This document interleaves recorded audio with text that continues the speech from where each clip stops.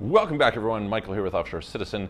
Today, I would like to thank one of our viewers, Marvin, for forwarding me the following story, which is about a push towards King Charles to break up the network of tax havens through the British Overseas Territories, the Crown Dependencies, etc., that are facilitating 40+% of the profit shifting initiatives by multinational corporations. And so we're going to talk a little bit about this article that came out, what it is that the Tax Justice Network, or the people who are saying this, are saying, whether their claims are accurate, where they aren't, some of the things that we should look at when we're thinking about these subjects, and generally what that means for you. So we're going to go through it right now. Before we do, if you don't already, please hit the subscribe button, hit the all notification bell. Thank you for being here. If you are interested in international tax information for yourself, for your business, and for the world in general, figuring out what's going on out there, how to optimize. If you're interested in relocating to other countries, these are the things that we help you with here at Offshore Citizen. We have some of the foremost experts in the world on the subject. And so if you're interested, you can please reach out to us. You can book a call with me, calendly.com/Michael-Rosmer. There's a link in the description below, or send a message through offshorecitizen.net. So, okay, I'm gonna start by just basically reading this and commenting as we go through really quickly so you guys have reference. We'll also include the link below so you can click and follow the article accordingly. So, King Charles urged to push for breakup of UK's network of satellite tax havens. Tax Justice Network says monarch can lead push to revamp tax laws allowing industrial scale avoidance totaling £152 billion per year. King Charles has been urged to call for the breakup of the UK's network of satellite tax havens through which an estimated $152 billion worth of tax is avoided every year, according to campaigners. Now, of course, how a person calculates this is quite interesting, especially given the fact that a lot of what goes on is perfectly legal, and so if it's legal to not pay tax, then how do you even make that sort of an argument? So it's kind of this interesting case of saying, okay, what's going on here? And an interesting fact would be that in the case of the US, throughout a long period of history, basically over about the last 100 years, the tax rates have fluctuated really dramatically, but tax as a percentage of GDP has remained more or less static, slightly below 20%. Reducing tax on the part of one party or another, harming some other party within society. This is like a very interesting question, because the narrative generally is that we don't have because there's insufficient resources because somebody is greedy. That's kind of the narrative that they share today, right? The statements like this are kind of indicative of a world that it sounds sort of factual to certain people, but just doesn't really reflect the on-the-ground reality. And I've talked a bit about it in some previous videos. There was actually one of the most interesting pieces I saw recently came from a very prominent modern money theory person who was saying that taxes as a means of generating revenue is sort of an outdated concept. And this is actually an interesting concept I'll discuss in a future video, but the bottom line is because the system doesn't work kind of the way that they're suggesting, it doesn't have the same consequences that they're suggesting. And I'll talk about that again in just a minute. We believe Your Majesty can help by pointing the way to end the world's most enduring injustices. Now, obviously, we all want to end world's injustices, right? I think that the idea is to have more justice. Just the question is, how do you achieve that is somewhat debatable. That's Alex Cobham, Chief Executive of the Tax Justice Network, said in the letter, which was also sent to the Prime Minister.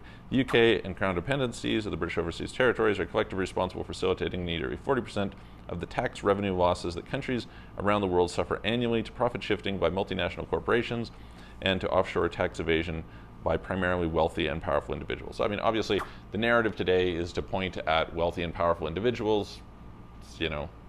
That's the narrative. Whether it's accurate or not is not really the point. 40%, I mean, again, if the law is that I can have a company abroad and that company is serving clients abroad and therefore I'm not paying taxes in the local country, is that really an issue? I mean, interesting question, right? You can kind of debate that one way or another. Is it 40%? I mean, historically, the British Overseas Territories and Crown Dependencies were significantly large share of the global tax havens. So BVI being the predominant one, 625,000 or so companies formed there. How much of the income flowed through those? I mean, we obviously know that places like Ireland were utilized for various different structures for companies like Apple and various others. You had this famous double Irish with a Dutch sandwich and stuff like that. So hard to calculate, I think, but I wouldn't actually find it that unreasonable to suggest that the money flowed through there. But the point is, just because money flows through those places doesn't necessarily mean that that is the fault of those places, or that that wouldn't happen regardless, or that the taxes should be paid at all, etc. It's a bit of a debate of when the taxes get paid and where they get paid. So Tim Cook famously argued this. You can go and check out, he gave an address to, I believe it was the Senate Oversight Committee, when they were reviewing Apple's tax strategies, and he was just discussing how, look, the question is not whether Apple is going to pay taxes. Ultimately, when money comes back to the US, Apple will pay taxes. And Apple actually was accounting for that tax expense within their financials. But there is a question of when they pay it, and there's a question of to whom they pay it. Because if they pay it to, for example, Germany, then they get a tax credit for it in the US.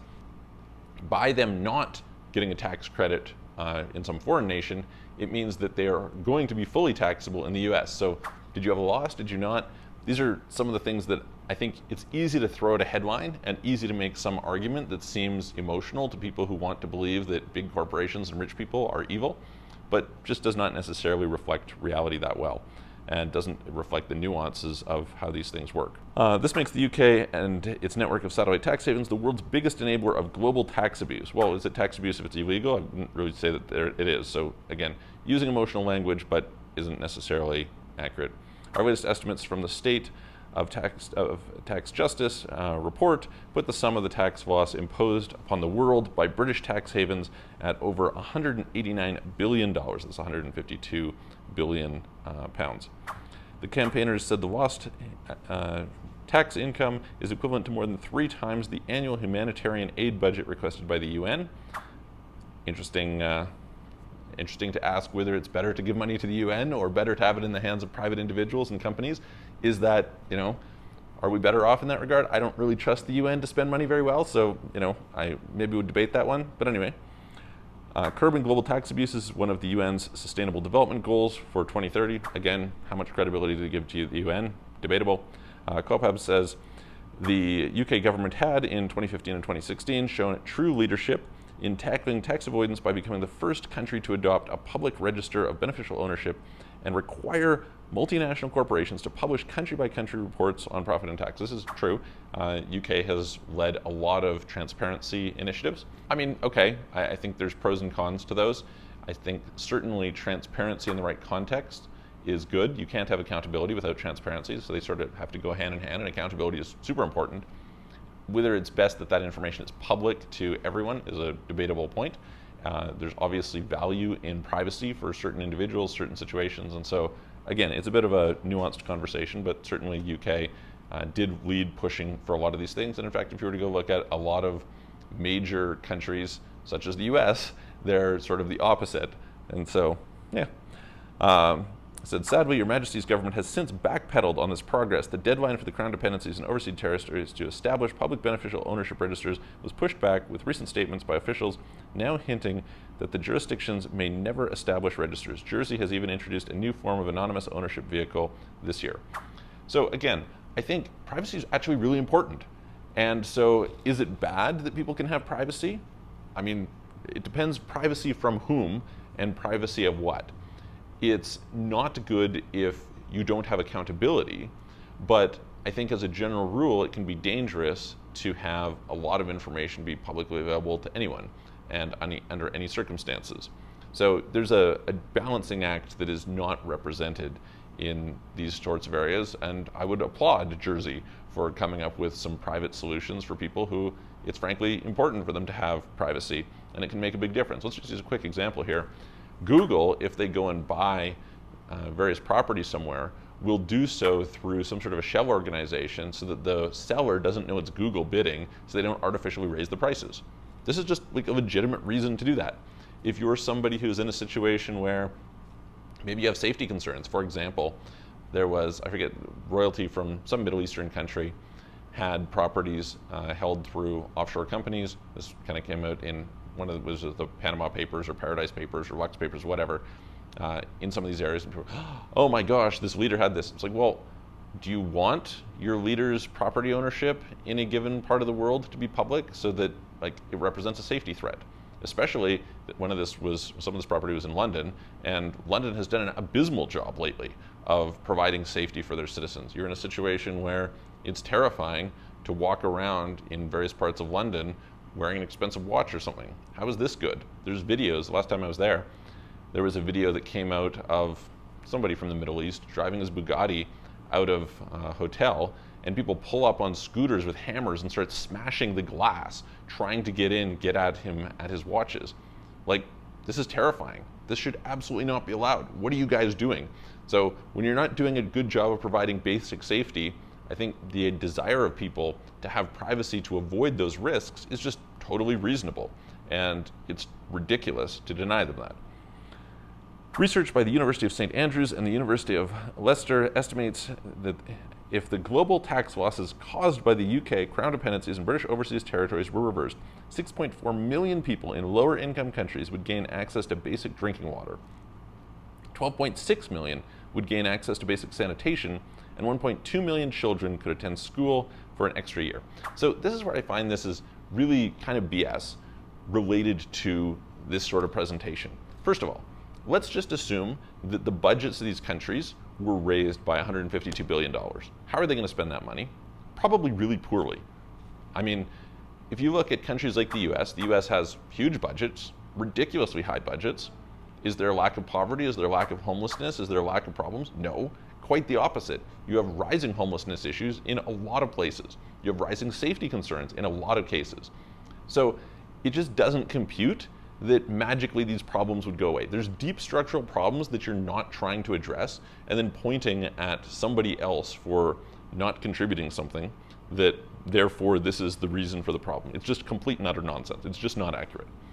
Next, you're in a situation where the government's ability to spend is going to have zero reflection of the actual tax revenues. Meaning, and we can see this, if they want to spend money on something, it's not like they're like, oh, woe is me, we don't have enough money from taxes. No, that's not what's happening. What's actually happening is they say, okay, let's just have a deficit. Well, if they're gonna have a deficit anyway, then why would you contribute? It doesn't make any difference to whether they're gonna do something or not. So first of all, the incentives are wrong. You're far, far better off to take your own money and do philanthropy than you are to give your money to the government, because the government's gonna spend with or without you. And probably you can do much better with your money than they can.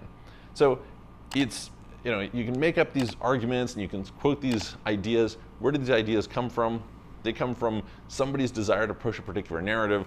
I would challenge who is actually funding the Tax Justice Network, what their agendas are.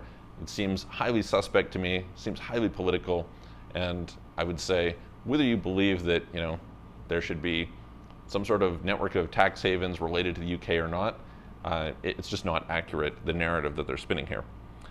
A Treasury spokesman said the government did not recognize the $152 billion tax law each year. Yeah, exactly. The government's like, what are you guys talking about? This is just totally out of whack. These numbers are just not accurate.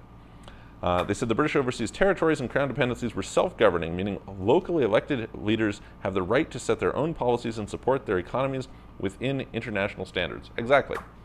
Like, the idea of going and interfering with somebody else's autonomy because you don't like it. If you don't like it, change your own rules. Deal with your own stuff. Don't go and tell somebody else how to run theirs. Crazy. It added, the UK has led international tax reform, which include improving tax transparency so countries can find hidden income and assets, and by implementing the global minimum corporate tax, ensuring large multinational groups pay the right tax in the right place.